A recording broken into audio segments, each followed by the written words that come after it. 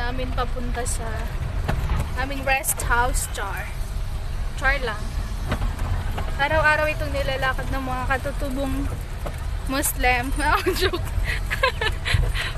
Mukhang katutubong Taduray. Noong ay grabe. Noong unang panahon, napakalumpian pa nung bundok na ito. Ngunit nakikita naman natin na lalong sa tinagal-tagal ng panahon, paubos na yung mga kahoy. Nakikita naman natin kung ano yung naging epekto ng tag-init.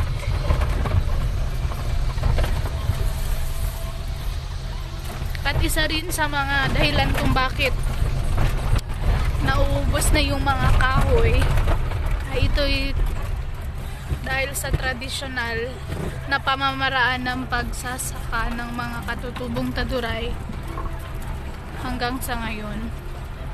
Ngunit yung iba is hindi talaga masyadong sinunod yung kung ano yung tradisyonal na pamamaraan ng pagkakaingin. Maging yung mga punong kahoy katulad nito ay inuubos. Ito na lang yung natitira ko, konti na lang din yung natitirang mga punong kahoy dito sa lugar na tayo, dito sa lugar na ito. Sa Tinagat, sa simula ay ano, tama ba yun? Ito po yung mga dinadaanan ng mga katutubong Taduray papunta sa market para ipabenta yung kanilang mga produkto. Napakahirap, ilang kilometro ang lalakarin noon ng mga katutubo makarating lang sa bayan. So nakikita po natin, ito na lang yung natitirang mga punong kahoy dito. Nakikita natin sa video dito. Noon dito. Noon dito, first kung pumunta rito is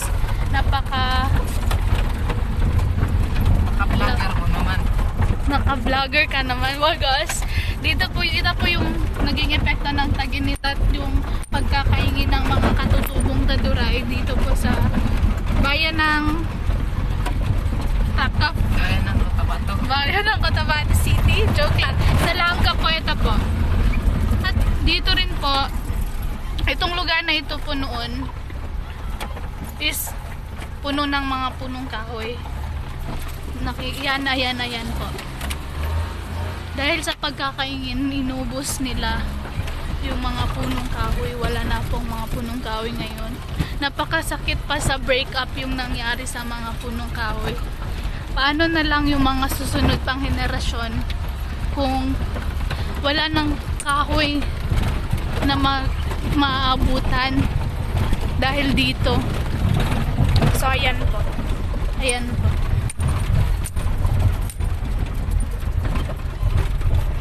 po yung epekto. Malaki po yung epekto nito sa kalikasan. Yung pagkaubos ng ating paunti-unting pagkaubos ng ating mga punong kahoy. Wala nang matitirhan ng mga hayop, mga wild animals tulad ng mga unggoy, baboy ram katulad ko baboy. Ayan po.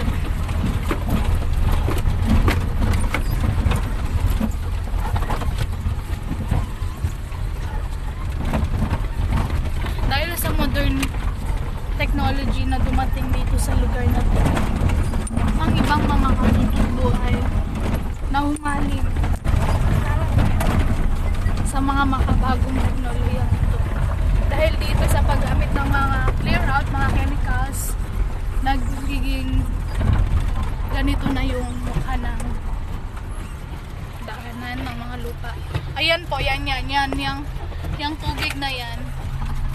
Noon po, maraming mga isda dyan. Ngayon, marami din. Ngayon, bato na lang naiwan. Nilulumot na po siya. Mali yung nadaanan ko.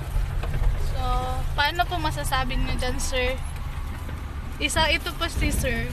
Isa po siyang katutubong tadurain na nanggaling sa lupa na ang Lawangkab. Isa po siyang criminology student and he is currently board passer na pala siya ngayon. Pumasa siya noong last November to December 2.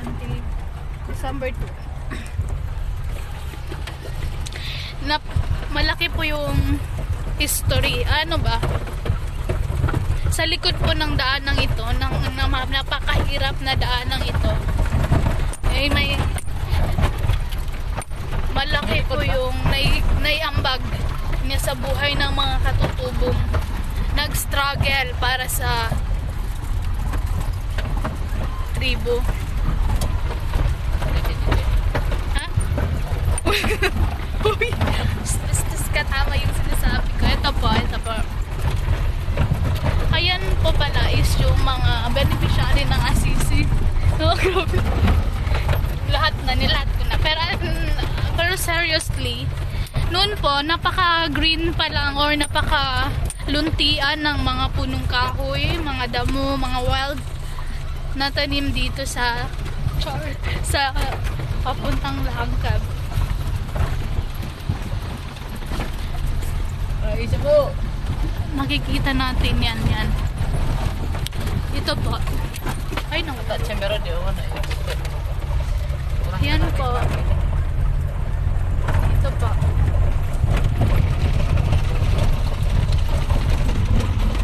Napakasakit para sa akin na nakikita kong ganito yung nangyayari sa kalikasan natin. Isang struggle ito para sa mga katutubong taduray. Paano ulit maibalik ang dating magubat na daanan papunta sa lugar na ito. Anong plano natin? Ito po. So, dito na lang po kami. Andito na po kami sa Kalati lang. Tabuan kung saan dito po yung dinadaanan at hinihintuan ng lahat ng tao.